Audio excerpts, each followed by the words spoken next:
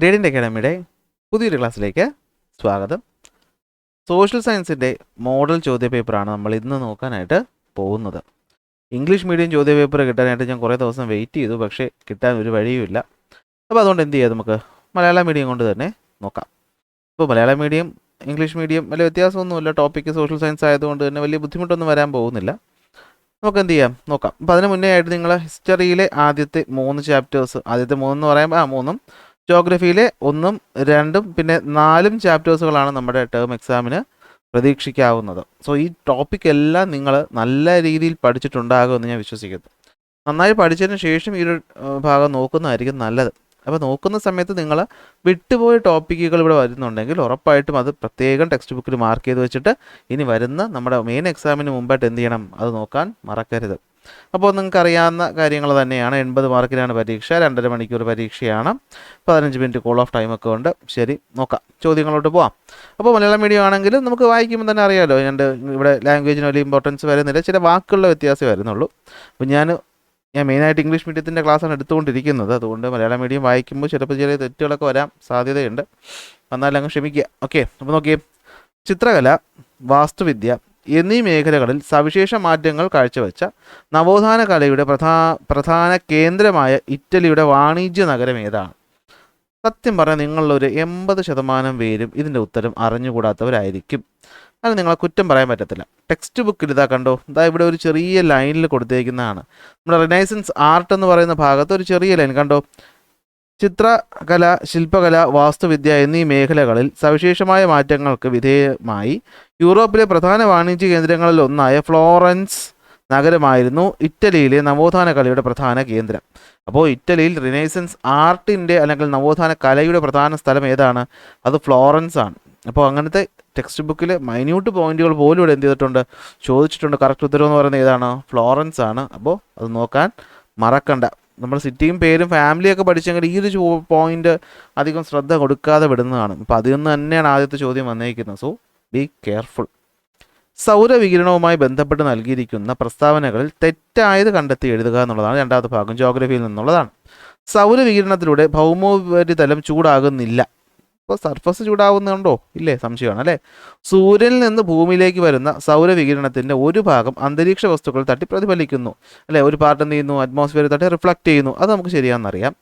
സൗരവികിരണം ഹ്രസ്വതരംഗങ്ങൾ അഥവാ short wave radiations ആയതിനാൽ അന്തരീക്ഷത്തിൽ കാര്യമായി ചൂട് പിടിപ്പിക്കുന്നില്ല. അന്തരീക്ഷത്തെ എന്ന് പറയുമ്പോൾ അറ്റ്മോസ്ഫിയറിന് ഇങ്ങോട്ട് വരുന്ന ഇൻകമിങ് റേഡിയേഷൻസ് അറ്റ്മോസ്ഫിയറിന് അങ്ങനെ ചൂടാക്കുന്നില്ല എന്ന് തന്നെയാണ് നമ്മൾ പഠിച്ചത്. സൗരവികിരണത്തിലൂടെ ഭൗമോപരിതലം ചൂട് പിടിക്കും, വരുന്നു, കണ്ടക്ഷനിലൂടെ ഹീറ്റ് ആവുന്നു എന്നാണ് പറയുന്നത്. അപ്പോൾ ഇത് 3ആണ് ശരി. അപ്പോൾ തെറ്റായ പ്രസ്താവന ചോദിച്ചപ്പോൾ എ ആണ് നമുക്ക് തന്നിട്ടുള്ളതിൽ പ്രസ്താവനയിൽ തെറ്റ്. ചൂട് പിടിക്കുന്നില്ല എന്നാണ് പറയുന്നത്, പക്ഷേ നമുക്കറിയാം ചൂട് പിടിക്കുന്നുണ്ട്. അപ്പോൾ എ ആണ് നമ്മുടെ കറക്റ്റ് ഉത്തരം. പക്ഷേ സ്റ്റേറ്റ്മെൻറ്റ് തെറ്റാണ്, പക്ഷേ ഉത്തരം കറക്റ്റാണ്. താഴെ നൽകിയിരിക്കുന്ന സംഭവങ്ങളെ കാലഗണന അനുസരിച്ച് ക്രമീകരിക്കുക. ഫ്രാൻസിൽ പുതിയ ഭരണഘടന നിലവിൽ വന്നു, നാഷണൽ കൺവെൻഷൻ നിലവിൽ വന്നു, ടെന്നീസ് കോർട്ട് പ്രതിജ്ഞ, പാരീസിലെ ബാസ്റ്റൽ കോട്ടയുടെ തകർച്ച. നമുക്കറിയാം ഫ്രഞ്ച് വിപ്ലവം ആരംഭിക്കുന്നത് ബാസ്റ്റൽ കോട്ടയുടെ തകർച്ചയോടുകൂടിയാണെങ്കിലും ബാസ്റ്റൽ കോട്ട തകർക്കുന്നതിന് മുന്നേ ആയിട്ട് ടെന്നീസ് കോർട്ട് പ്രതിജ്ഞ നടക്കുന്നുണ്ട്. അപ്പോൾ ആദ്യത്തെ ഇവൻ്റ് എന്ന് പറയുന്നത് ടെന്നീസ് കോർട്ട് പ്രതിജ്ഞയാണ്. അപ്പോൾ നമുക്കറിയാം ഏതാണ് ആദ്യത്തെ ഇവൻ്റ് എന്ന് പറയുന്നത്, ടെന്നീസ് കോർട്ട് പ്രതിജ്ഞയാണ്. അപ്പോൾ നോക്കി ഇവിടെ എങ്ങനെയാണ് പറയുന്നത്, കാലഗണന അനുസരിച്ച്. അപ്പോൾ ആദ്യത്തിൽ നിന്ന് അവസാനത്തിലോട്ട് എഴുതാനാണ് പറഞ്ഞിരിക്കുന്നത്. അപ്പോൾ ഒന്നാമത്തേതാണ് ടെന്നീസ് കോർട്ട് പ്രതിജ്ഞയാണ്. രണ്ടാമത്തേത് ബാസ്റ്റൽ കോട്ട തകർക്കുന്നു. അത് കഴിഞ്ഞിട്ടാണ് എന്ത് ചെയ്യുന്നത്, ഫ്രാൻസിൽ എന്ത് വരുന്നത്, നാഷണൽ കൺവെൻഷൻ നിലവിൽ വരുന്നതാണോ അടുത്ത് വരുന്നത്, അതോ നമുക്ക് ഏതാ വരുന്നത് നോക്കിയേ. നാഷണൽ കൺവെൻഷൻ നിലവിൽ വന്നു, ഫ്രാൻസിൽ പുതിയ ഭരണഘടന നിലവിൽ വന്നു. അതെ, നാഷണൽ കൺവെൻഷൻ നിലവിൽ വന്നതിന് ശേഷമാണ് പുതിയ ഭരണഘടന നിലവിൽ വരുന്നത്, അല്ലേ. പുതിയ ഭരണഘടന എന്നാണ് പറഞ്ഞത്, ആദ്യം വന്നില്ല, പുതിയൊരു ഭരണഘടന നിലവിൽ വരുന്നു. ടെക്സ്റ്റ് ബുക്കിൽ ഒരു വാക്കുകൾ പിടിച്ചിട്ടാണ് ചോദ്യങ്ങൾ വന്നിട്ടുള്ളത്. അപ്പോൾ ആദ്യം 3 പിന്നെ 4. അപ്പോൾ ഏതാണ്? എ ആണ് നമ്മുടെ കറക്റ്റ് ഉത്തരം എന്ന് പറയുന്നത്, അല്ലേ. എ ആണ് നമ്മുടെ കറക്റ്റ് ഓർഡർ എന്ന് പറയുന്നത്. അപ്പോൾ എ ആണ് നമ്മുടെ കറക്റ്റ് ഉത്തരം എന്ന് പറയുന്നത്, കണ്ടോ. അപ്പോൾ ക്രോണോളജിക്കൽ ഓർഡറിൽ ചോദ്യങ്ങൾ ചോദിച്ചിട്ടുണ്ട്. അപ്പോൾ ഇവൻറ്റുകൾ ഞാൻ നിങ്ങൾക്കൊരു കഥ പോലെ പറഞ്ഞു തന്നതാണ്. അപ്പോൾ ആ കഥ ഓർമ്മയുണ്ടെങ്കിൽ തന്നെ ഇവിടുന്ന് നമുക്ക്, ബാക്കി 4ഉം ഈ നാഷണൽ കൺവെൻഷൻ്റെ പോയിന്റും ഫ്രാൻസിലെ പുതിയ ഭരണഘടന അറിയില്ലെങ്കിൽ പോലും നമുക്ക് ഈ 2, 4, 3, 4 വെച്ച് തന്നെ എന്ത് ചെയ്യാം, എ ആണ് ഉത്തരവെന്ന് ജഡ്ജ് ചെയ്യാനായിട്ട് ഇവിടെ സാധിക്കും. ഓക്കെ, 4ാമത്തെ ചോദ്യം. നൽകിയിരിക്കുന്ന പ്രസ്താവനയും കാരണവും വായിച്ച് ശരിയായ ഉത്തരം തിരഞ്ഞെടുത്തെഴുതുക. പ്രസ്താവന വൻകരകളും സമുദ്രങ്ങളും ചേരുന്ന ഇടങ്ങളിൽ സമതാപരേഖകൾ പ്രകടമായി വളയുന്നു. അതായത് ലാൻഡും അതുപോലെ തന്നെ സീയും തമ്മിൽ ചേരുന്ന ഭാഗത്ത് സമതാപരേഖ എന്ന് പറഞ്ഞാൽ എന്താണ്? ഐസോതേംസ് ബെൻഡ് ചെയ്യും. ബെൻഡിങ് ഓഫ് ഐസോതേംസ് അല്ലേ, ലാൻഡും സീയും തമ്മിൽ ചേരുന്നിടത്ത് ഐസോതേംസ് ബെൻഡ് ചെയ്യും. ടെക്സ്റ്റ് ബുക്ക് തന്നിട്ടുള്ള ചോദ്യമാണ്. അതിൻ്റെ ഉത്തരവും ഞാൻ നോട്ട് തന്നിട്ടുണ്ടായിരുന്നു. അതിൻ്റെ കാരണം കരയും കടലും വ്യത്യസ്തമായ രീതിയിലാണ് ചൂട് പിടിക്കുന്നത്. അതെ, ശരിയാണ്. ഈ രണ്ടും ശരിയായിട്ടുള്ള കാര്യമാണ്. പ്രസ്താവനയും ശരിയാണ്, കാരണവും ശരിയാണ്. അപ്പോൾ ഏതാ ഓപ്ഷൻ? പ്രസ്താവനയും കാരണവും ശരി. ഓപ്ഷൻ ബി ആണ് നമ്മുടെ കറക്റ്റ് ഉത്തരവെന്ന് പറയുന്നത്. 4. കാർഡിനൽ ഉപയോഗവാദത്തിൻ്റെ അനുമാനങ്ങൾ കണ്ടെത്തി എഴുതുക. കാർഡിനൽ എന്ന് പറയുമ്പോൾ എന്താണ്? യൂട്ടിലിറ്റി അല്ലെ, കാർഡിനൽ യൂട്ടിലിറ്റി തിയറി അനുസരിച്ചുള്ള അതിൻ്റെ അസംഷൻസ് അല്ലേ, assumptions of cardinal utility theory എന്ന് പറയുന്നത് നമ്മൾ രണ്ടെണ്ണം പഠിച്ചു. അത് ഏതൊക്കെയെന്നാണ് ചോദിച്ചിട്ടുള്ളത്? ഉൽപ്പന്നങ്ങളെല്ലാം ഒരു ഗുണ നിലവാരത്തിലുള്ളതായിരിക്കും അല്ലേ, എല്ലാം സെയിം ക്വാളിറ്റിയിലുള്ളതായിരിക്കും. ഉപഭോക്താവിൻ്റെ വരുമാനം, അഭിരുചി എന്നിവ സ്ഥിരമായിരിക്കണം. അതും നമ്മൾ 2 അസംഷൻസിൽ പറഞ്ഞ കാര്യമാണ്. ഉപഭോഗം തുടർച്ചയുള്ളതായിരിക്കണമെന്ന് പറയുന്നത് ലിമിറ്റേഷനിൽ പറഞ്ഞ കാര്യമാണ് അല്ലേ, കണ്ടിന്യൂസ് ആയിരിക്കണമെന്ന് പറയുന്നത്. മറ്റു സാധനങ്ങളുടെ ഉപയോഗം നിജപ്പെടുത്തണം എന്ന് പറഞ്ഞതും എന്താണ്? ലിമിറ്റേഷനിൽ പറഞ്ഞതാണ്. അപ്പോൾ അനുമാനങ്ങൾ എന്ന് ചോദിച്ചിട്ടുള്ളത് അസംഷൻസ് മാത്രമായതുകൊണ്ട് തന്നെ 1ഉം 2ഉം എന്നാണ് നമുക്ക് തോന്നുന്നത്. ഓപ്ഷൻ ബി 1ഉം 2ഉമാണ് എനിക്ക് കറക്റ്റ് ഉത്തരമായിട്ട് തോന്നുന്നത്. ഓക്കെ, അപ്പോൾ നിങ്ങൾക്ക് അങ്ങനെ തന്നെയാണ് തോന്നുന്നതെന്ന് എനിക്ക് തോന്നുന്നു അല്ലേ. ബി പ്രസ്താവന കാരണവും ശരിയുമാണ്. 1ഉം 2ഉമാണ് ശരിയായിട്ടുള്ളത്. അടുത്ത 6ാമത്തെ ചോദ്യമാണ്. വ്യക്തിപരമായ അനുഭവങ്ങൾ, സാമൂഹിക ഇടപെടലുകൾ, സാംസ്കാരിക അറിവുകൾ എന്നിവയിലൂടെ അല്ലേ, നമുക്ക് പേഴ്സണൽ എക്സ്പീരിയൻസുകളിലൂടെ സോഷ്യൽ ഇൻറ്ററാക്ഷൻസിലൂടെ നമുക്ക് കിട്ടുന്ന ലോകത്തെക്കുറിച്ച് നേടുന്ന അടിസ്ഥാന ദൈനംദിന ധാരണ ചുവടെ നൽകുന്നതിൽ ഏത് ആശയവുമായാണ് ബന്ധപ്പെട്ടിരിക്കുന്നത്? ഇത് കോമൺ സെൻസ് നോളജുമായിട്ട് ബന്ധപ്പെട്ട കാര്യമാണ് അല്ലേ. കോമൺ സെൻസ് നോളജിൻ്റെ മലയാളമാണ് എന്ത്? സാമാന്യ ബോധജ്ഞാനം, അഥവാ ഓപ്ഷൻ ഡി ആണ് നമ്മുടെ കറക്റ്റ് ആൻസർ എന്ന് പറയുന്നത്. 7ാമത്തെ ചോദ്യം. 6 സാമാന്യ, അത് തന്നെ 7. 7ാമത്തെ നോക്കി എന്താ പറയുന്നത്?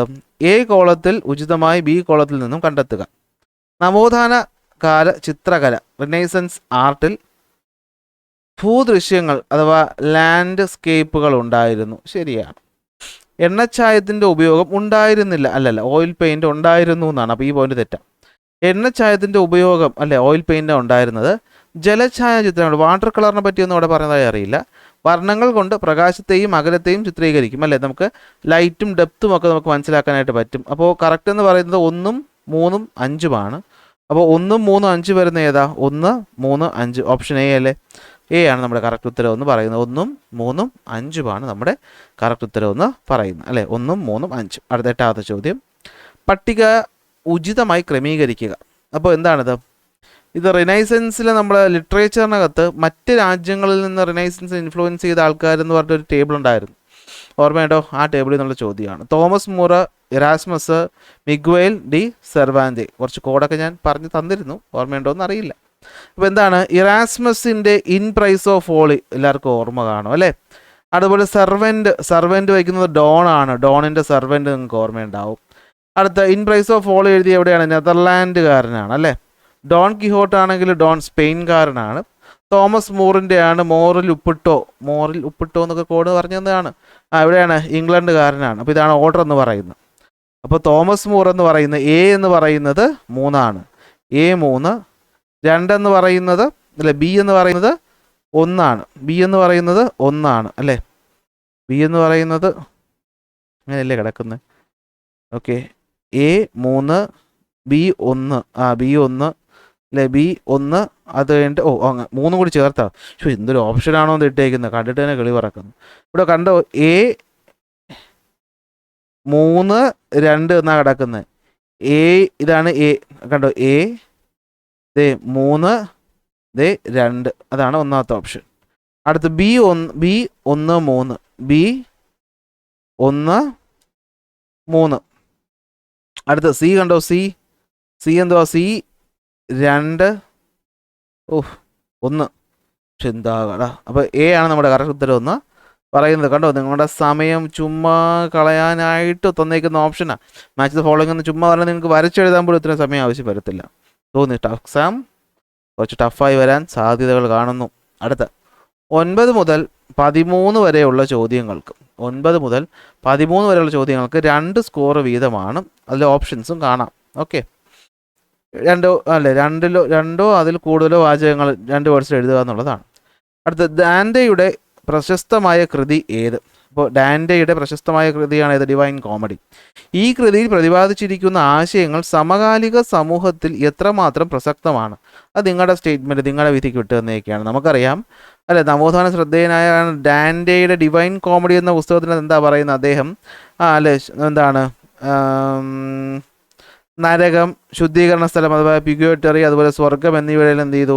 ദാന്തെ സാങ്കല്പികമായിട്ട് തീർത്ഥാടനം നടത്തിയെന്നും, അപ്പോൾ മനുഷ്യരുടെ സ്നേഹം, രാജ്യസ്നേഹം, പ്രകൃതി പ്രതിഭാസങ്ങളെയോ താല്പര്യങ്ങൾ, സ്വാതന്ത്ര്യം, ഏകീകൃതവുമായ ഇറ്റലിക്ക് വേണ്ടിയുള്ള മോഹങ്ങൾ. അപ്പോൾ എന്താണ് അറിയാലോ, ഈ പറയുന്ന ഡിവൈൻ കോമഡിയിൽ നമ്മൾ ഈ ദൈവങ്ങളും വിശ്വാസങ്ങളും ആവശ്യമില്ലാതെ ഉപയോഗിക്കുന്നതിനെ പറ്റിയിട്ടൊക്കെ ഇവിടെ തമാശ രൂപേണ പറഞ്ഞേക്കുകയാണ്. നമ്മുടെ സമകാലികമായ കാലത്ത് ഇത് ആവശ്യമുള്ളതാണോ ഇല്ലയോ എന്നുള്ളത് നിങ്ങളുടെ ഇഷ്ടത്തിന് വിട്ട് തന്നേക്കുന്നത്, നിങ്ങൾക്ക് ഉത്തരം എഴുതാം. കേരളത്തിൽ തെക്ക് പടിഞ്ഞാറൻ മൺസൂൺ ധാരാളമായി ലഭിക്കുമ്പോൾ അയൽ സംസ്ഥാനമായ തമിഴ്നാടിൻ്റെ പടിഞ്ഞാറ് ഭാഗത്തിൽ മഴ തീരെ കുറവാണ്. എന്തുകൊണ്ട്? പറഞ്ഞു തന്ന കാര്യമാണ്, ഓർമ്മയുണ്ടോ? മഴ നിഴൽ പ്രദേശമാണ്. നമുക്കറിയാമല്ലോ, ഇപ്പോൾ ഇതാണ് നമ്മുടെ സൗത്ത് ഇന്ത്യ എങ്കിൽ, സൗത്ത് ഇന്ത്യയിൽ നമ്മളിവിടെയാണ് കേരളം. അപ്പോൾ ഈ പറയുന്ന സൗത്ത് വെസ്റ്റ് മൺസൂൺ വന്ന് ഇവിടെ മഴ തരുമ്പോഴത്തേക്കും ഇവിടെയായിട്ട് എന്തുണ്ട്? വെസ്റ്റേൺ ഘട്ട്സും മലനിരകളുണ്ട് അല്ലേ? പശ്ചിമഘട്ട മലനിരകൾ എന്ത് പറ്റും? ഇങ്ങനെ ഈ പറയുന്ന കാറ്റിനെ മുകളിലോട്ട് വിട്ടിട്ട് ഈ ഭാഗത്ത് മഴ പെയ്യിപ്പിക്കുമ്പോൾ ഈ ഭാഗം എന്തായിരിക്കും? റെയിൻ ഷാഡോ റീജിയൻ അഥവാ മഴ നിഴൽ പ്രദേശം ആയിരിക്കും. അതുകൊണ്ടാണ് എന്ത് പറ്റുന്നത്? പശ്ചിമഘട്ടത്തിൻ്റെ അല്ലെ ഈ പറയുന്ന തമിഴ്നാട്ടിൽ മഴ കിട്ടാത്തത്. ഓക്കെ, അതാണ് എൻ്റെ ഉത്തരം ഒന്ന് പറയുന്നത്. മധ്യകാല ഫ്യൂഡൽ ഭരണാധികാരികളിൽ നിന്നും വ്യത്യസ്തനായ ഒരു ഭരണാധികാരിയാണ് മാക്കിയവേലിയുടെ ദി പ്രിൻസ് എന്ന കൃതിയിൽ അവതരിപ്പിച്ചിരിക്കുന്നത്.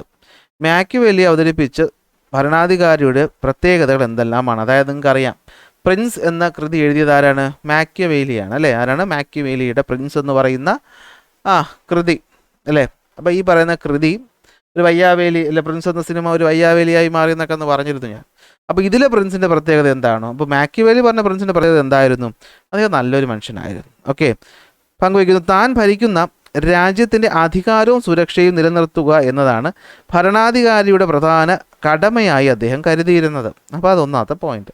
ജനങ്ങൾ പൊതുവെ സ്വാർത്ഥരും അധികാരത്തോട് ഭൗതിക അഭിവൃദ്ധിയോടും താല്പര്യമുള്ളവരുമാണ്.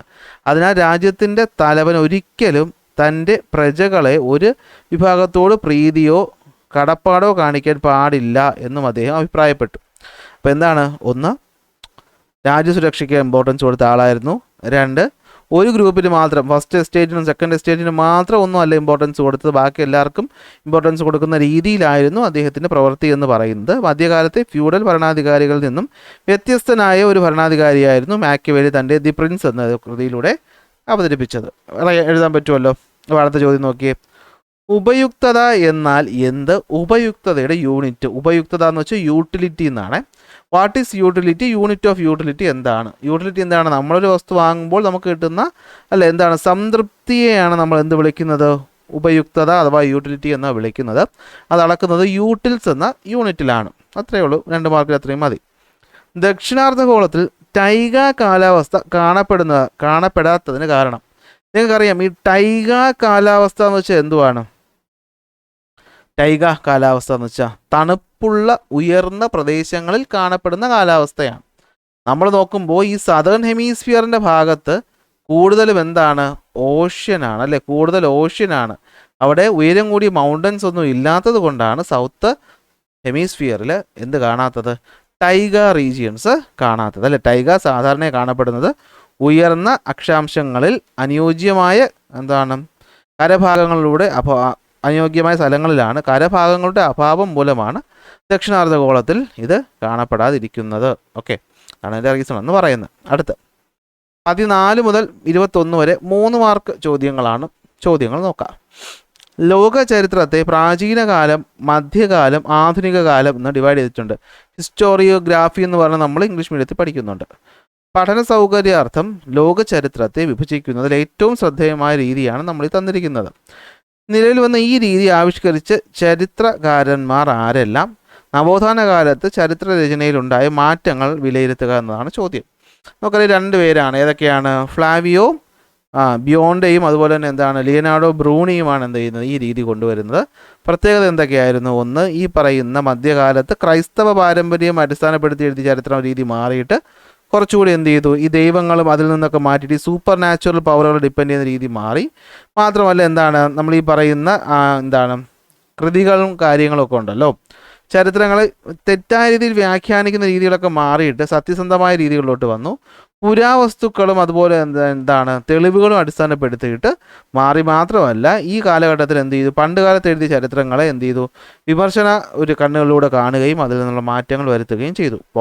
ഇംഗ്ലീഷ് പോയിന്റുകളെല്ലാം ഞാൻ തന്ന നോട്ടിനകത്ത് വ്യക്തമായിട്ടുണ്ട്. അപ്പോൾ അതൊരു ഐഡിയ നിങ്ങൾക്ക് കിട്ടിക്കാണുമെന്ന് വിശ്വസിക്കുന്നു.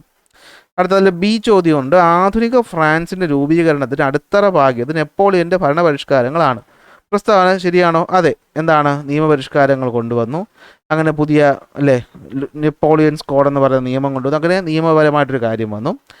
പള്ളികളുമായിട്ട് ചേർന്ന് എന്താണ് കോൺകോർഡേറ്റ് ഫോം ചെയ്തു. അങ്ങനെ പള്ളിയും ഭരണവും ഇങ്ങനെ തമ്മിത്തല്ലാതെ ഒരുമിച്ച് പോകാനുള്ളൊരു രീതി ഇവിടെ കൊണ്ടുവരുന്നു. അതിനാണ് ഏറ്റവും ഇമ്പോർട്ടൻ്റ് എന്ന് പറയുന്നത് അല്ലേ. വിദ്യാഭ്യാസപരമായിട്ട് നല്ല രീതിയിലുള്ള മാറ്റങ്ങൾ കൊണ്ടുവരുന്നു. സ്കൂളുകൾ, ലൈസി എന്ന് പറയുന്ന സ്കൂളുകൾ കൊണ്ടുവരുന്നു. യൂണിവേഴ്സിറ്റി ഓഫ് ഫ്രാൻസ് കൊണ്ടുവരുന്നു. സാമ്പത്തിക കാര്യങ്ങളിൽ എന്താണ് ബാങ്ക് കൊണ്ടുവരുന്നു. അപ്പോൾ എന്താണ് എല്ലാ മേഖലകളിലും നിയമം, വിദ്യാഭ്യാസം, സാമ്പത്തിക കാര്യങ്ങൾ, സൈനിക പരിഷ്കാരങ്ങളൊക്കെ കൊണ്ടുവന്നു. ഇതിലൂടെയാണ് ഫ്രാൻസിന് നല്ലൊരു മാറ്റം എന്ത് ചെയ്തത് ഉണ്ടായത്. സോ ആ പോയിന്റുകൾ നമുക്കിവിടെ എഴുതാവുന്നത് ആണ്. അടുത്ത് ആധുനിക ഫ്രാൻസിൻ്റെ രൂപീകരണത്തിന് ഇതാണ് നമ്മളിപ്പോൾ പറഞ്ഞ ചോദ്യം അല്ലേ. അടുത്ത 15ാമത്തെ ചോദ്യം. കാലാവസ്ഥാ വ്യതിയാനത്തിൻ്റെ പ്രത്യാഘാതങ്ങൾ നേപ്പാളിനെയും മാലിദ്വീപിനെയും ബാധിക്കുന്നത് എങ്ങനെയാണെന്ന് വ്യക്തമാക്കുക. അപ്പോൾ നമ്മൾ ക്ലൈമറ്റിക് ചേഞ്ച് എന്ന് പഠിച്ച ഭാഗത്ത് നമ്മൾ 2 കോൺഫറൻസുകളെ പറ്റി പറഞ്ഞിട്ടുണ്ട് അല്ലേ. ഒന്ന് നേപ്പാളിൽ വെച്ചും മൗണ്ട് എവറസ്റ്റിൽ വെച്ച് നടന്നതും മറ്റൊന്ന് എവിടെയാണ്? നമ്മുടെ മാൽദീവ്സിൽ ഓഷ്യൻ അടിയിൽ വെച്ച് നടന്നതും. അത് എന്തിനു വേണ്ടിയായിരുന്നു എന്നുള്ളതാണ് ചോദിക്കുന്നത്.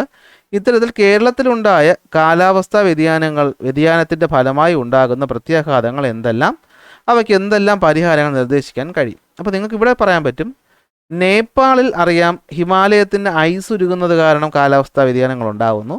ഈ ഉരുകുന്ന ഐസിൽ നിന്നുള്ള വെള്ളം കടലിലേക്ക് പോവുകയും കടലിൻ്റെ സമുദ്രനിരപ്പ് കൂടുകയും ചെയ്യുന്നത് മാലിദ്വീപ്സിനെ എന്ത് പറ്റുന്നു, വെള്ളത്തിനടിയിലേക്ക് മുക്കാൻ സാധ്യതയുണ്ട്. അപ്പോൾ അത് രണ്ടും കൊണ്ടാണ് അവരെന്ത് ചെയ്തത്, ഇത്തരത്തിലൊരു സംഭവം നടത്തിയത്. നമ്മളോട് പറയുന്നുണ്ട് അല്ലേ. 12 മുതൽ 30 മീറ്റർ വരെ എന്ത് ചെയ്യുന്നു, ഹിമാനികൾ ഉരുകുന്നു. അത് അവരുടെ പ്രശ്നം അല്ലേ, നേപ്പാളിൻ്റെ പ്രശ്നമാണ്. എന്നാൽ ഇപ്പോൾ തന്നെ നമുക്ക് പറയാൻ പറ്റുന്നത് ഇവിടെ 2.5 മീറ്ററോളം എന്ത് ചെയ്യുന്നുണ്ട്. ഇനി 2.5 മീറ്ററോളം കൂടി താഴ്ന്നു കഴിഞ്ഞാൽ പൊങ്ങി എന്ത് പറ്റും, മാൽദീവ്സ് ഫുള്ള് വെള്ളത്തിൻ്റെ അടിയിലാകും അല്ലേ. വ്യതിയാനങ്ങൾ ഉണ്ടാക്കുന്നത് നോക്കിയേ. സമുദ്രനിരപ്പ് 2.5 മീറ്റർ ഉയർന്നാൽ മാലിദ്വീപ് പൂർണ്ണമായും കടലിൽ മുങ്ങിപ്പോകും. ടെക്സ്റ്റ് ബുക്കിലെ ഭാഗങ്ങളാണ്. കാരണം മലയാളത്തിൻ്റെ ഈ ടെക്സ്റ്റ് ഒന്നും നമുക്ക് എന്ത് ചെയ്യാൻ പറ്റുന്നില്ല, കോപ്പി ചെയ്യാൻ പറ്റുന്നില്ല. ആ ഫോണ്ട് കൃത്യം കിട്ടുന്നില്ല. അപ്പോൾ അതുകൊണ്ടാണ് ഞാനൊരു സ്ക്രീൻഷോട്ട് എടുത്ത് വെച്ചത്. അല്ലെങ്കിൽ പോയിന്റ് ഔട്ട് ചെയ്ത് പറഞ്ഞുതരായിരുന്നു, പക്ഷേ അത് കിട്ടുന്നില്ല. ഇപ്പോൾ എന്ത് ചെയ്യാൻ പറ്റും? അപ്പോൾ അതാണ് നമ്മുടെ പ്രശ്നം എന്ന് പറയുന്നത്. ഓക്കെ, അപ്പോൾ 15ൻ്റെ ഉത്തരം കിട്ടി കാണുമല്ലോ. ഇനി കേരളത്തിലെ കാലാവസ്ഥ നമുക്കറിയാം. ഈ പറയുന്ന അനധികൃതമായിട്ടുള്ള ഭവന നിർമ്മാണ രീതികൾ മണ്ണിടിച്ചിലുണ്ടാക്കുന്നു അല്ലെ, ലാൻഡ് സ്ലൈഡ് ഉണ്ടാക്കുന്നു. നമ്മൾ ഈ അടുത്തും നമ്മൾ കണ്ട കാര്യമാണ് അല്ലേ. അപ്പോൾ അത് നമുക്ക് അത് വെച്ച് നിങ്ങൾക്ക് നിങ്ങളുടേതായ രീതിയിൽ 2 പോയിന്റ് എഴുതാൻ പറ്റുമല്ലോ. പറ്റും. ബി, തന്നിരിക്കുന്ന സൂചനകളെ അടിസ്ഥാനപ്പെടുത്തി മിതോഷ്ണ പുൽമേടുകളും ഉഷ്ണമേഖലാ പുൽമേടുകളും അതായത് സവാന കാലാവസ്ഥയും താരതമ്യം ചെയ്യാനാണ് പറഞ്ഞേക്കുന്നത്.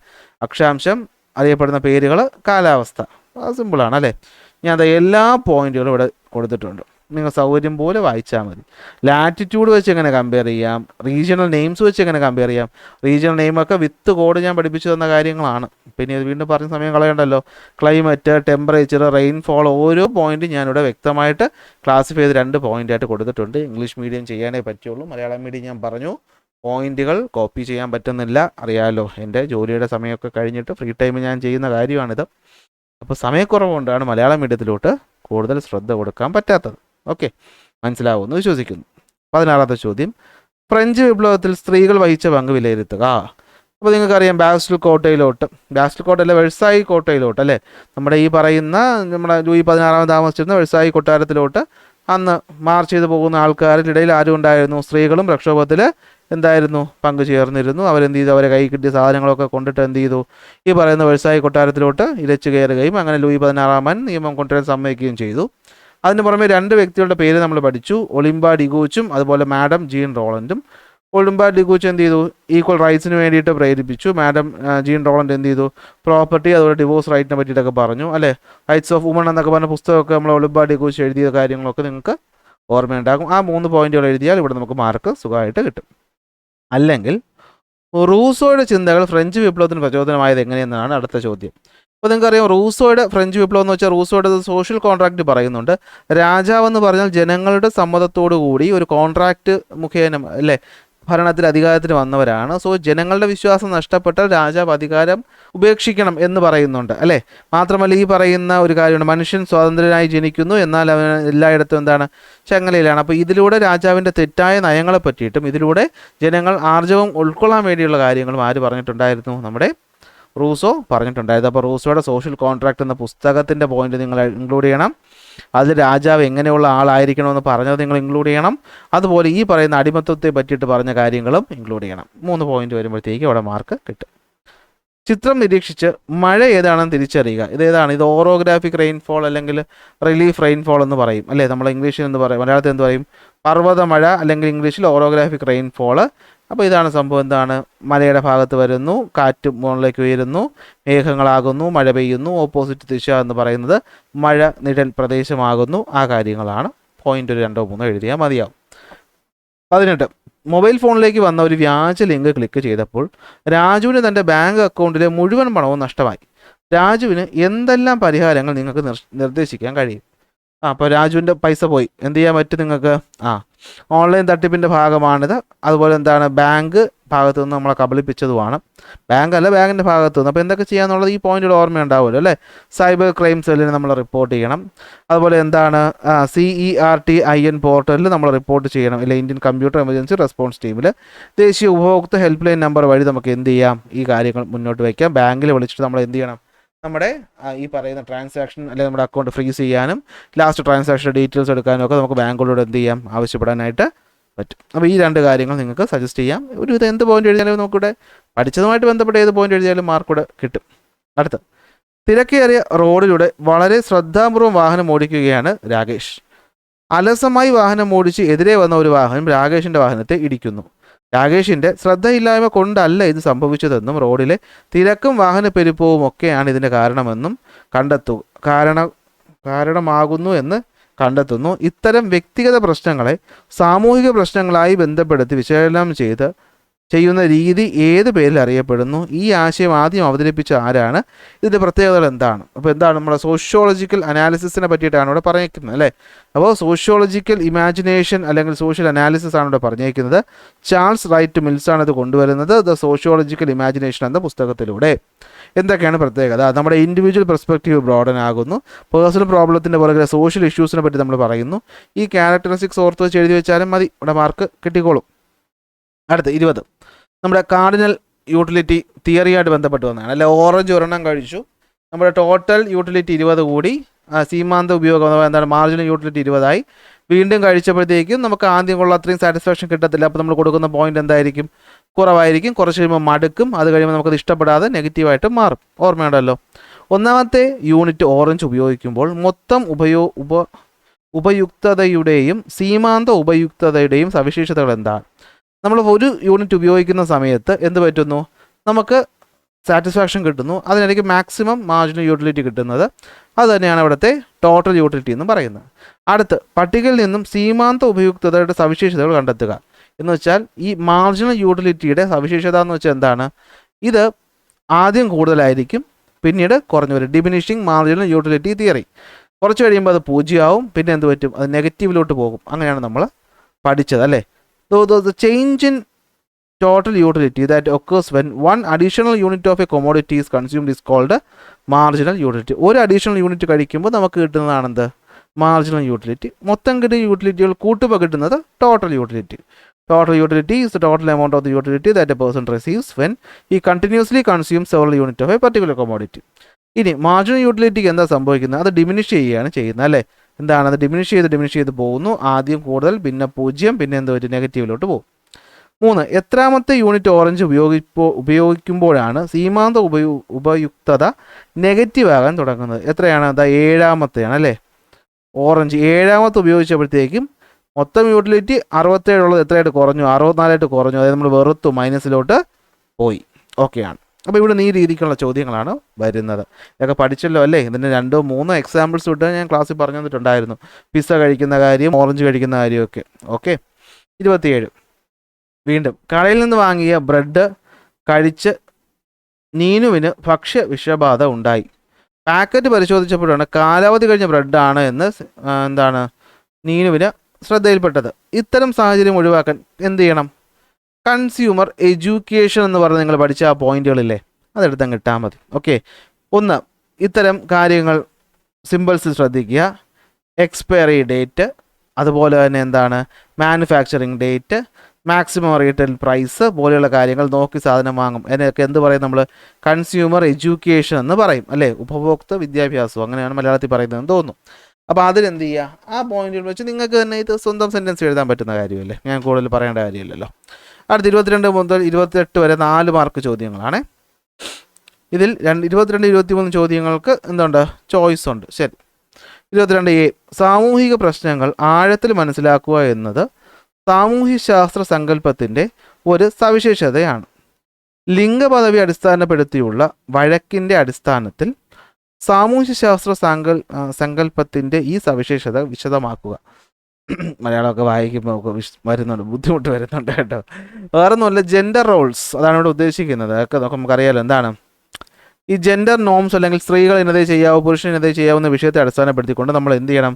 ഈ സോഷ്യൽ അനാലിസിസ് അല്ലെങ്കിൽ സോഷ്യോളജിക്കൽ ഇമാജിനേഷനെ പറ്റിയിട്ട് പറയണം. അതാണ് പറഞ്ഞേക്കുന്നത്. അപ്പോൾ നമുക്കറിയാം അല്ലേ, ഈ ജെൻഡർ ഇഷ്യൂ എന്ന് പറയുന്ന ചില കാര്യങ്ങൾ നമ്മൾ ടെക്സ്റ്റ് ബുക്കിൽ എക്സാമ്പിൾ പഠിച്ചു.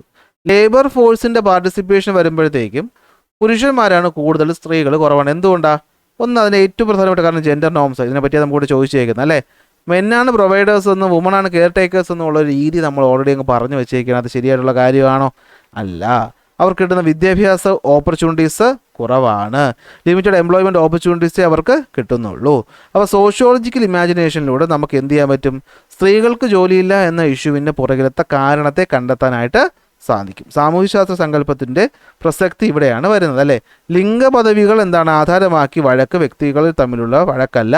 അതെന്താണ്? അത് സമൂഹത്തിൽ സ്ത്രീകൾ നേരിടുന്ന പ്രശ്നത്തിൻ്റെ ഫലമാണെന്ന് നമുക്ക് കണ്ടെത്താനായിട്ട് സാധിക്കും. ബാക്കി നിങ്ങൾ എന്ത് ചെയ്തോളണം? അറിയാമല്ലോ, ഗ്യാസ് കയറ്റി വിട്ടോളണം. ഓക്കെ. അടുത്ത് ബി, മാനവീകരണത്തെ തുടർന്ന് കത്തോലിക്ക സഭ നവീകരിക്കാൻ നടത്തിയ ശ്രമങ്ങൾ ഏത് പേരിലാണ് അറിയപ്പെടുന്നത്? ഇത് കത്തോലിക്ക സഭയിൽ ഉണ്ടാക്കിയ മാറ്റങ്ങൾ റിഫോർമേഷൻ എന്ന് പറഞ്ഞ് പഠിച്ച കാര്യമാണ് ഇവിടെ ചോദിച്ചിട്ടുള്ളത്. അതിന് വീണ്ടും പറയണ്ടല്ലോ, നിങ്ങൾക്കറിയാമല്ലോ. റിഫോർമേഷൻ ആരാണ്? മാർട്ടിൻ ലൂഥർ തുടങ്ങി വയ്ക്കുന്നു. അത് തിരിച്ച് കൗണ്ടർ റിഫോർമേഷൻ വരുന്നുണ്ട്. ഇഗ്നേഷ്യസ് ലയോളയുടെ ഭാഗത്തായിട്ട് എന്ത് പറ്റുന്നു? ബാക്കി ഡീറ്റെയിൽസ് ഞാൻ ഓൾറെഡി ഒന്നുകൂടി ഉത്തരം പറഞ്ഞിട്ടുണ്ടല്ലോ, നമ്മൾ വ്യക്തമായിട്ട് പഠിച്ച കാര്യമില്ല. അപ്പോൾ അതാണ് ഇവിടെ ഉത്തരമായിട്ട് വരുന്നത്. അത് വെച്ച് എന്ത് ചെയ്യുക? ബാക്കി അങ്ങോട്ട് എഴുതിക്കോളാം. അടുത്ത 23A കാറ്റിൻ്റെ കാലികമായ ദിശാ വ്യതിയാനമാണ് മൺസൂൺ എന്നതുകൊണ്ട് അർത്ഥമാക്കുന്നത്. ഈ പേര് അർത്ഥമാക്കുന്ന തരത്തിലാണോ മൺസൂൺ കാറ്റുകൾ ദിശാവ്യതിയാനം വ്യക്തമാക്കുക? മൺസൂണിനെ പറ്റി പറയാനാണ് പറഞ്ഞേക്കുന്നതെന്ന് തോന്നുന്നു.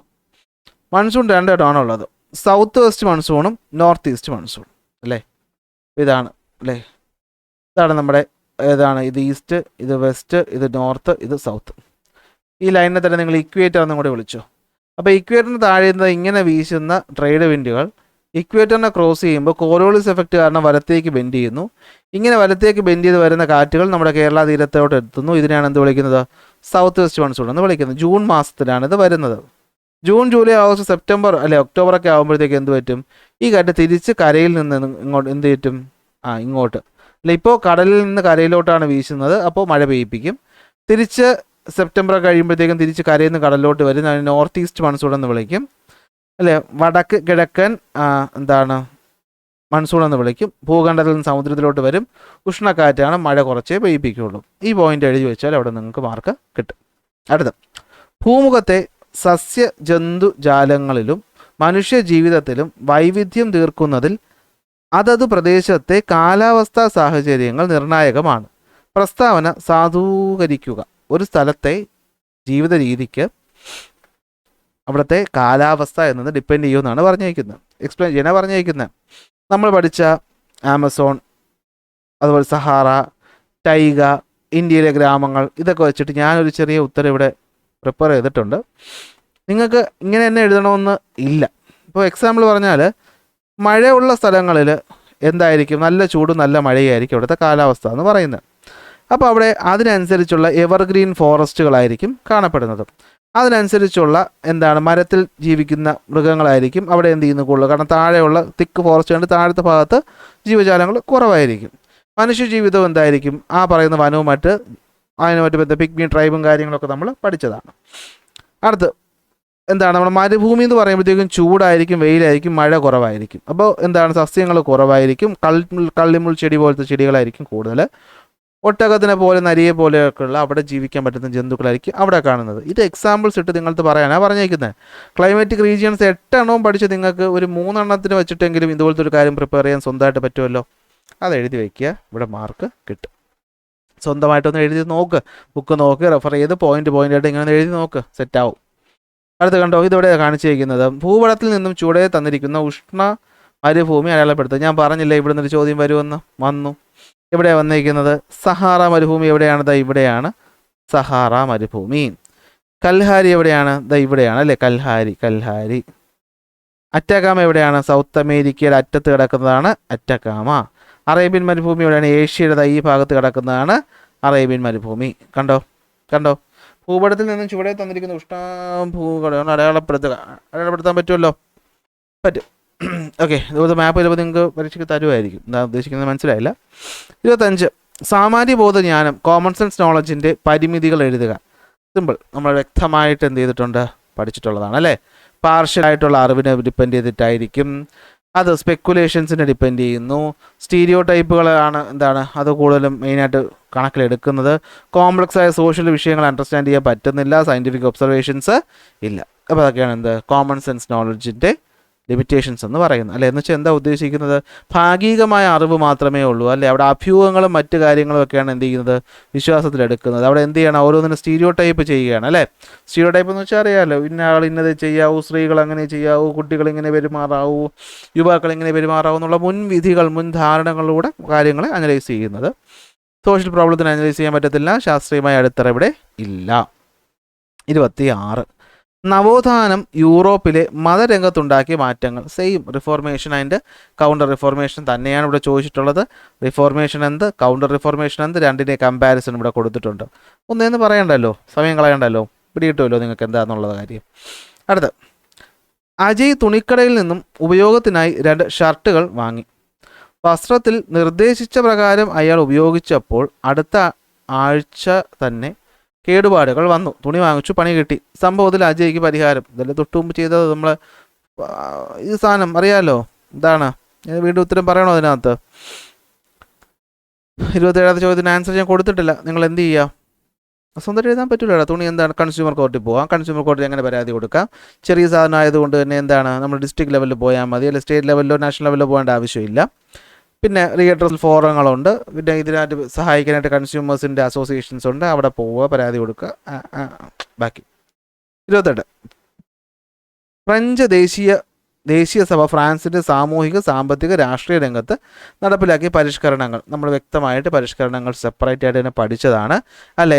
ഒരു കോൺസ്റ്റിറ്റ്യൂഷൻ കൊണ്ടുവന്നു, രാജ്യത്ത് മൊത്തമായിട്ട് അസിഗ്നേറ്റ് എന്ന് പറയുന്ന കറൻസി കൊണ്ടുവന്നു. റിലീജിയസ് ലീഡേഴ്സിൻ്റെ പ്രോപ്പർട്ടികൾ പിടിച്ചെടുത്തു. എന്തുപറ്റി, റിലീജിയസ് ടോളറൻസ് കൊണ്ടുവന്ന് മറ്റു മതക്കാർക്ക് കൊടുത്തു.